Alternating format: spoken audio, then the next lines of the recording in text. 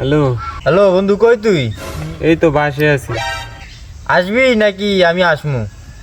তো কি জন্য ফোন দিছিস? না এমনি। আর আমি তো বাড়ির ওই পিছনে খলার ভিতরে। আয় তুই। কিরে বন্ধু, কি বলবি বল। ঈদের তো বাকি 3-4 দিন আছে। এখন তুই কি মার্কেট করছস? হ্যাঁ বন্ধু, মার্কেট টার্কেট তো করিয়া লইছি। তোর কথা তো আমার মনেও ছিল না, তুই যে আমার পাঞ্জাবি গিফট দিবি এটা তো আমার মাথায় ছিল না, নাইলে তার তোরে তুই মার্কেট করতাম না রে। তুই একা একা মার্কেট করস? তোর এই বন্ধুটার কথা মনে পড়ে না? যা যা, তুই একাই মার্কেট কর। তুই আমার একটা পাঞ্জাবি দিবি, তাও দিতে পারস না। একা একা মার্কেট করে বাসা যাই গিয়াস। আরে বেটা, আমি নিজে তো একটা 200 টাকার পাঞ্জাবি কিনছি গুলিস্তানের ভ্যান প্লাজার থেকে।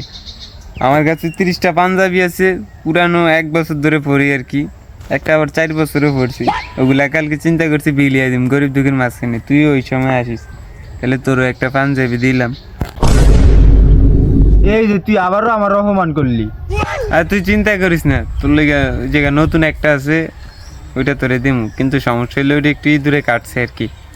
তারপরও 4-5 বছর পড়তে পারবি অনায়াসে। তাহলে ওই কথাই রইলো। আর ঈদের দিন সকালে তোগো বাসায় আমি নাস্তা করবো, দুজনে এক লগে ঈদের নামাজ পড়তে যাবো। তা বুঝলাম, ঈদের দিন আমি তোর পাঞ্জাবি দিব, আমাদের বাসায় আবার নাস্তাও করবি। কিন্তু বন্ধু হিসাবে তো তোর তো একটা দায়িত্ব আছে, তুই কি এটা পালন করছিস? তুই তো আমার ল্যাংটা কালের বন্ধু, তুই আমারে কি দিবি এই ঈদে? ওই তাহলে ওই কথাই রইলো।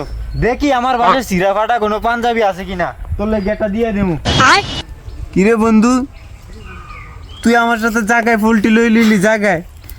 তোর মতো বন্ধু তো আমার থাকার চেয়ে না থাকো ভালো রে। যে জায়গায় তুই আমারে পাঞ্জাবি গিফট করবি সেই জায়গায় আমি তোর নাকি পাঞ্জাবি গিফট করতাম। তোর কথা আর কি বলবো, তুই মন থেকে উঠে গেছিস আমার মন থেকে। তুই আমার মনে নাই তো, তুই আমার মন থেকে উঠে গেছিস।